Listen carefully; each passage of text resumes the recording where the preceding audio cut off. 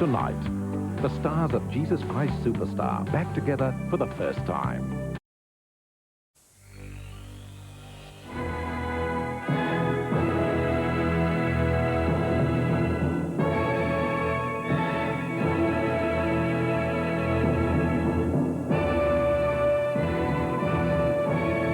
So you are the Christ, you're the great Jesus Christ.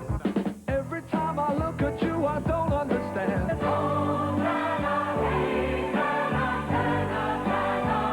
Fantastic show to see. Fantastic.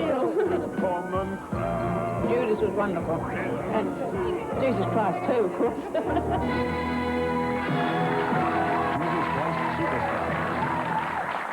Only $5.20 for a seat at Superstar. Now, that really does sound like a miracle. But Superstar was a bold concept, a musical about the last 7 days in the life of Jesus Christ. And just to make sure that everybody could take offence, they threw in a love story as well. Ladies and gentlemen, Mary Magdalene and Jesus Christ, better known as Marcia Hines and Trevor White.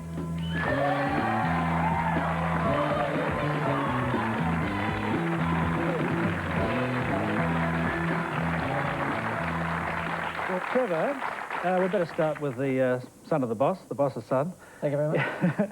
You played Jesus Christ, of course. You don't look exactly like the Messiah, and your first audition wasn't that promising, was it? My audition, I was very lucky to get the job. We all had to fill in a form. The young lady who was working, I guess, for the agency said, excuse me, you haven't written down here which part you're going for. So I thought, oh, I don't really know, but it's Jesus Christ Superstar. All right, go for Jesus. So I wrote down Jesus, gave it back to her, and she looked at me and went, I think we can forget about that one. And Marcia, you had been seen earlier, you weren't with the show from the start, but you had been seen earlier on stage, 16, pregnant, nude. Must have been quite a shock to suddenly see you as Mary Magdalene. Well, I mean, for who? For the audience. Yeah. No, I don't think so. Oh, you mean the fact that she was black? Yeah, you were the first one in the world, weren't you? And I think Harry was clever enough to realize it was controversial. Yes. You know, so... was the show... It wasn't such hard work for you. You went on... No, it wasn't. I mean, Mary she cruised, you know. I had like 3 songs a night. It was okay. But Superstar, like all great dramatic events, had to have a villain, and who better to play Judas than old Black Eyes himself, Jon English, who joins us now on the satellite from Wellington, New Zealand, where he's playing in Pirates of Penzance. Welcome, John. Hello.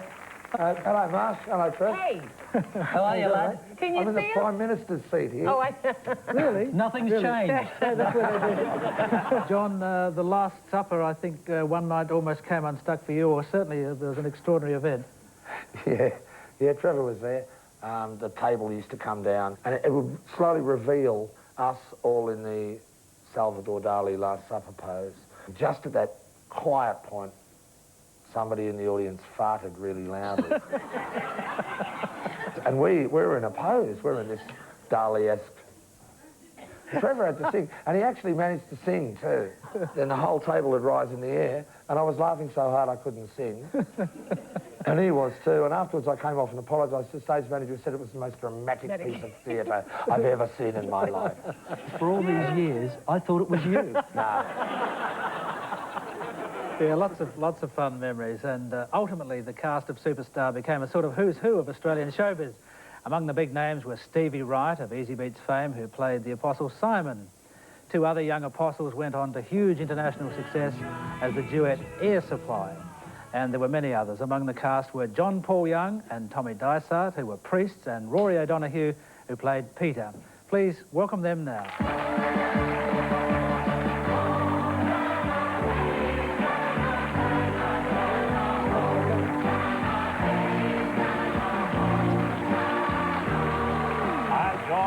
Hello, Tom, how are you, mate? He's ready to go now. You say ready to Tommy's go? taken over the show as usual. I'm sorry, John. Peter. You've had to say that big voice, we've already heard that big commanding voice, a big basso profundo. How low could you go? How low can I? Don't you listen to them stories. Oh, I see. How low could that voice go? Give us a bottom. What's the bottom note you can do? I belong to Glasgow, dear old Glasgow town. That's not But Superstar. in the matter with Glasgow, for it's going round and round. Of course, the public remembers you more recently for You Know What, doesn't it? G-O-G-G-O. That's right. Oh, there's an echo in here. Was it as much fun, Rory, as Auntie Jack doing Superstar? What got me interested in doing Superstar, I'd heard the British album before, you know, months before the show ever was thought of being open. And I thought, boy, I've just got to be in this show because the music is just so fabulous. You learned that being in show business wasn't necessarily being a star. You still had to take direction, really, because we were all sort of out of rock and roll. You never took direction in your life. What are you talking about? Well, I didn't say I did it. No, you learn. Of course, it goes without saying that a musical about Jesus wouldn't have happened without God.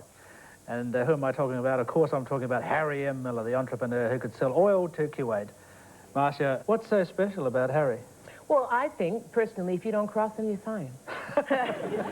Don't you agree, John? You know, like, you don't cross him, and we worked so hard, and we were just such a wonderful cast, and he treated us accordingly. He did. I gave him a rap at the Logies, and he actually rang me up and said, "Thank you, John, thank you."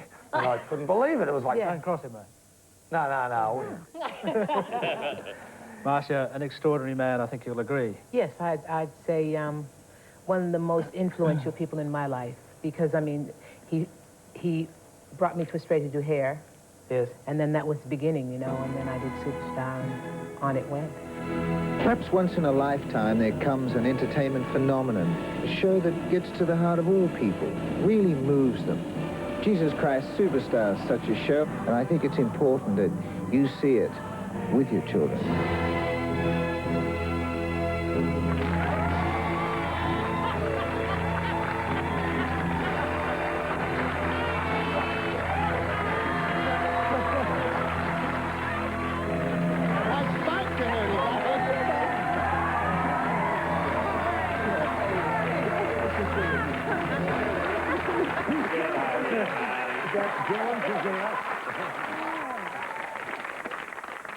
Where did you find all these people, and how did you find all these people? We had decided that most of the actors in Australia sucked. And what we decided to do, both with Hair and Superstar, was go out onto the street where the real people were. And we'd been auditioning people off the streets for days. And he walked on the stage with these shoes that were about, 50 centimetres long. And Jimmy and I nudged each other and both said, "There's Judas." And did you get more than 30 pieces of silver for the whole gig, John? I hope not. No, I mucked around so much, Harry, I'll give you half my wages back, which is about $48. Anything you guys would like to say to Harry while you got him nailed to a seat here, apart from don't cross him? While you were thinking about it, John. Okay, you go for it. It's a long time ago, but it was a fantastic experience. And something that Harry instilled in everybody was that it may be the 100th time that you've done the show, but those kids that are there tonight, it's the first time they've ever seen the show. So that nearly killed myself and John because we went out there and gave our all every night. You had to, because you knew Can I just say to Harry too, thanks a lot, Harry, you gave me a start, man. And I haven't finished yet.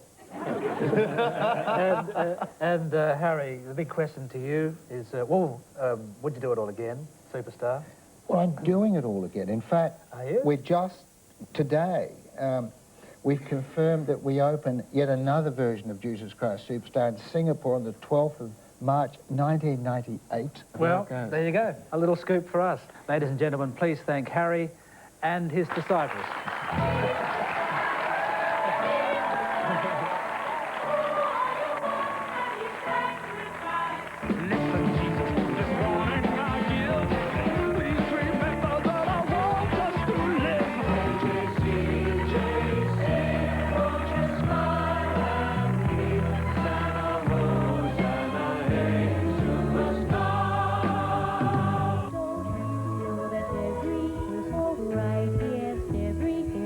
Can you see us? Yeah. Oh, can you see us? I'm looking at you right now. You look great, actually, John. See you, Rag. Bye, John. See you, John, who's going to be the biggest in this shot? Him. You, mate. John. The Prime Minister of New Zealand.